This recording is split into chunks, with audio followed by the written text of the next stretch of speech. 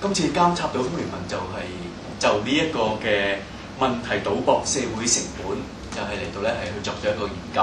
咁呢一類嘅研究咧係以往咧係從來未曾咧係喺香港咧係做過。喺外國咧係關於賭博嘅社會成本咧就已經有好多唔同嘅研究，但係香港咧係第一次我哋咧因為呢一個嘅課題咧嚟到嘗試做一個研究。因為如果好多時候你話咧你賭錢咧用1蚊，但社會成本裏邊咧係需要3蚊，咁但呢個講法究竟咧係有幾確實咧？咁所以我哋透過一個深入嘅調查，就訪問咗有110個嘅個案，而呢啲全部都係一啲嘅係有問題同埋病態嘅賭徒。過一年裏邊咧，係喺5個香港戒賭服務中心裏邊咧，嚟到係接受咧呢個嘅輔導嘅服務。喺呢數據裏邊咧，就嘗試咗去分析啦，就去了解佢哋參與最多嘅係邊一類嘅賭博嘅活動啦。咁我哋發現咧，就大多數嘅賭徒咧都係選擇咧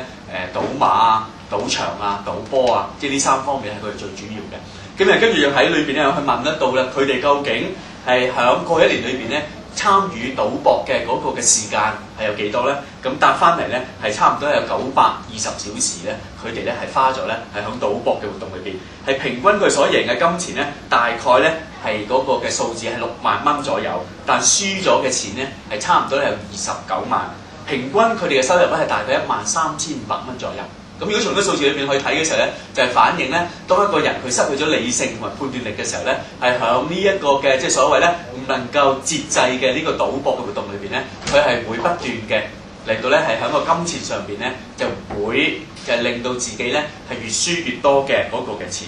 咁而特別我哋去考慮個社會成本嘅時候，咩為之社會成本咧？就係話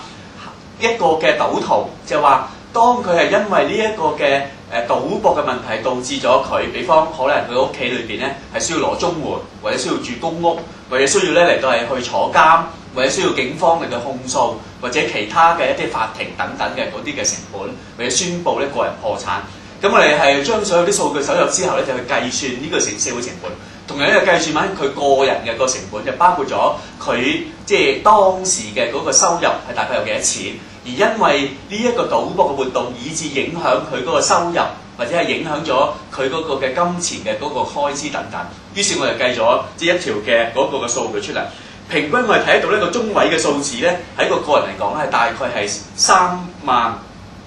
39750蚊。呢個就係嗰個社會嘅成本，而個人嘅成本咧就係嗰個數字咧就去到咧31萬嘅個數目，咁所以咧兩個數字加埋咧總成本咧就差唔多咧係有379650蚊對一個人嚟講。咁我哋再推算翻全香港嘅呢一個嘅所謂咧問題同埋病態賭徒嘅數目咧，加埋咧係總共咧有27萬呢一個嘅人數。咁而將27萬嘅人數再將頭先所講嘅成本咧嚟到係加上嚟嘅時候咧，就接近咧整體嘅嗰個嘅社會嘅成本咧係110億。而我哋睇翻咧過一年裏邊咧，香港嘅博彩稅咧個收入咧係120億。嗱呢個本質上講咧，至少咧有一樣嘢我哋係好肯定嘅咧，就係一個人佢所即係用響，即係話喺呢個稅收上邊所得到嘅，就啱啱係同呢個社會成本咧係打和。咁基本上咧，政府咧即係唔係實質上咧嗰個金錢嘅收入咧係多咗好多，而嗰個總成本咧其實冇計算在內嘅。如果計翻個總成本嘅時候，大概1蚊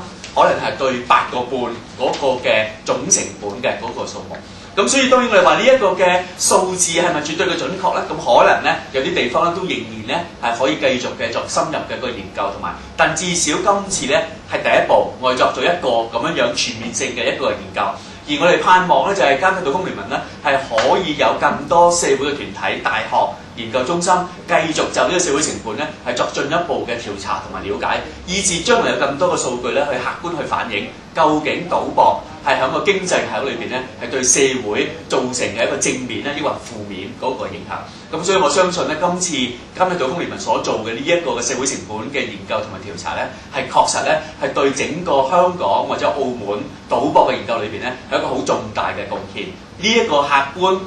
一個嘅研究同埋學術嘅一個嘅呢方面嘅調查咧，係幫助到咧我哋對呢一個嘅賭博蔓延嘅課題咧有一個深入同埋